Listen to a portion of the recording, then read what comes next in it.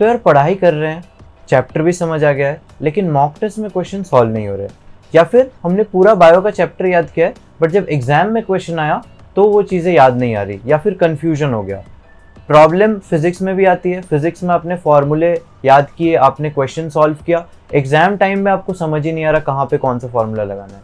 तो यार इतने सारे जो कॉमन दिक्कतें हैं उसमें मेन प्रॉब्लम कहाँ पे आती है कि यार आप बार बार रिविजन नहीं कर पा रहे हो। आपको लगता है कि आपका हो गया है, बट सही मानो कभी भी वो चीज़ तब तक याद नहीं होती जब तक आप उसको बहुत बार, मल्टीपल टाइम्स, अराउंड 10 बार, 15 बार, 20 बार अगर आप उस सेम चीज़ को आपने रिवाइज नहीं कर रखा है तो वो चीज़ आपके टिप्स पे नहीं होगी। टिप्स पे होना इतना इंपॉर्टेंट है कि यार आप एक बार आपने क्वेश्चन देखा, तभी आपको बायो है तो एनसीईआरटी की एग्जैक्ट वो लाइनें याद आनी चाहिए, अगर आपको फिजिक्स है तो आपको एग्जैक्ट वो फॉर्मूला तुरंत याद आना चाहिए कि हाँ यार इस क्वेश्चन में तो यही वाला फॉर्मूला एप्लीकेबल होगा।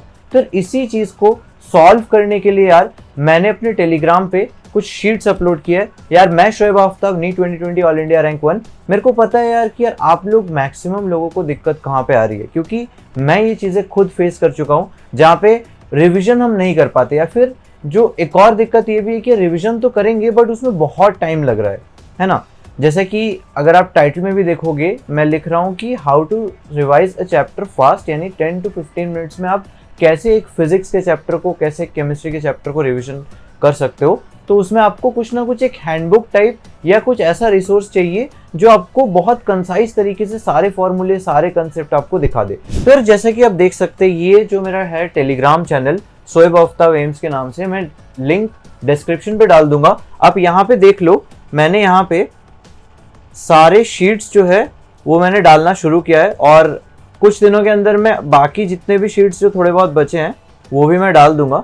ये देखो, जैसे यहाँ पे ग्रेविटेशन, वर्क पावर एनर्जी, ये सब के शीट्स आ गए हैं। एक सेकेंड, मैं आपको एक एग्जाम्पल लेके दिखा देता हूँ। जैसे लेट से ग्रेविटेशन वाला शीट है। सर जैसे कि आप देख सकते हैं इस शीट को मैं एक्सप्लेन करने से पहले जस्ट मैं आपको बता दूं, एक तो जितने भी फॉर्मूले हो गए, जितने भी कॉन्सेप्ट्स हो गए, की पॉइंट्स वगैरह सब इसमें दिया हुआ है। ये देखो आप फॉर्मूले सारे दिए हुए हैं, की पॉइंट्स यहाँ पे दिया हुआ है। तो आपका फॉर्मूला और कॉन्सेप्ट तो यहीं से हो गया, ठीक है। फिजिक्स के लिए और फिजिकल केमिस्ट्री के लिए हैंडबुक वाली शीट्स मैं अपने टेलीग्राम चैनल पे डाल दूंगा। अभी ऑलरेडी काफ़ी चैप्टर्स के डले हुए हैं। अगर आप फाइल सेक्शन में जाओगे, नीचे अगर आप जाओगे तो जो पुराने हैं, पुराने वाले शीट्स उसमें आप देख सकते हो वो सारे हैं, और मैं नए अपडेटेड वाले भी अब जल्दी डाल रहा हूँ, तो वो भी आप देख सकते हो। और यार ये तो हो गई फॉर्मूलेज और कंसेप्ट्स की बात। अब आते हैं क्वेश्चन प्रैक्टिस। तो यार क्वेश्चन प्रैक्टिस के लिए आपको कोई ऐसा बुक चाहिए होगा जो आपको एनसीईआरटी बेस्ड क्वेश्चंस की प्रैक्टिस करवाए, नीट लेवल के क्वेश्चन की प्रैक्टिस करवाए, और आपको बहुत सारे मॉक टेस्ट के थ्रू क्वेश्चन प्रैक्टिस करवाए। मैं आपको समझा देता हूँ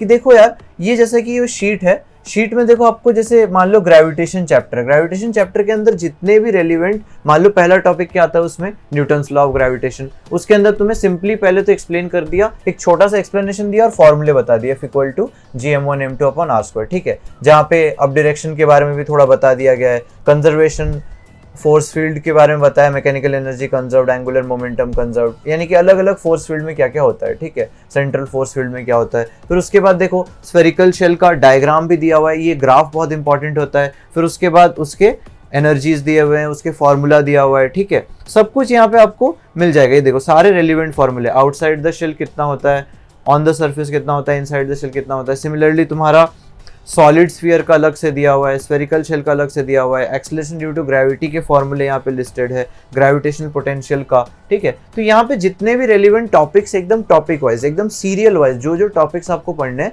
बिल्कुल सीरियल वाइज अरेंज्ड है, और उसके रेलिवेंट फॉर्मूले और छोटे से जो इंपॉर्टेंट कॉन्सेप्ट, ऐसा नहीं कि कॉन्सेप्ट को एकदम भर के बहुत डिटेल में समझाया गया, एकदम सिंपली जितना रिक्वायर्ड है उतना यहाँ पे प्रेजेंट है, ठीक है। तो ये सारी शीट्स आपको मेरे टेलीग्राम पे मिल जाएंगे, ठीक है। ये देखो यहाँ पे कुछ की पॉइंट्स जो थोड़े बहुत रह जाते हैं, जैसे कि मान लो यहाँ पे सेंटर ऑफ अर्थ पे क्या होता है, बॉडी है centre of mass but no centre of gravity. तो जो की पॉइंट जो शायद स्टेटमेंट बेस्ड क्वेश्चन में आ सकता है, ठीक है, तो ऐसे कुछ की पॉइंट्स भी यहाँ पे मेंशन्ड है,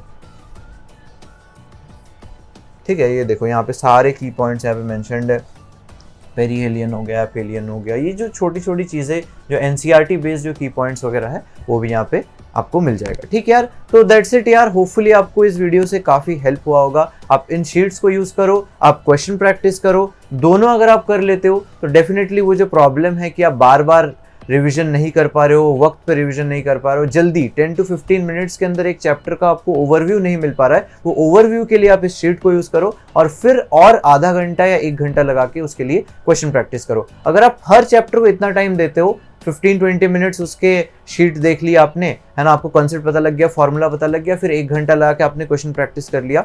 सेम अगर आप फिजिकल केमिस्ट्री में कर पाओगे, केमिस्ट्री इनऑर्गेनिक ऑर्गेनिक में तो खैर थोड़ा आपको पढ़ना ज़्यादा पड़ेगा, उसमें क्वेश्चन प्रैक्टिस का वो चीज़ रिवर्स कर देना। आप मान लो 1 घंटा या 1 घंटा 10 मिनट लगा के आप उस शीट को पढ़ लो। ऑर्गेनिक इनऑर्गेनिक की भी शीट जल्दी आने वाली है, मेरे टेलीग्राम पे मैं डाल दूंगा, तो वो उसके बाद आप क्या कर सकते हो, फिर 20 मिनट या आधा घंटा आप उसके लिए क्वेश्चन प्रैक्टिस कर लो। तो यार दैट्स इट यार, आज के वीडियो में बस इतना ही था। मिलते हैं अगले वीडियो में, तब तक के लिए बाय बाय।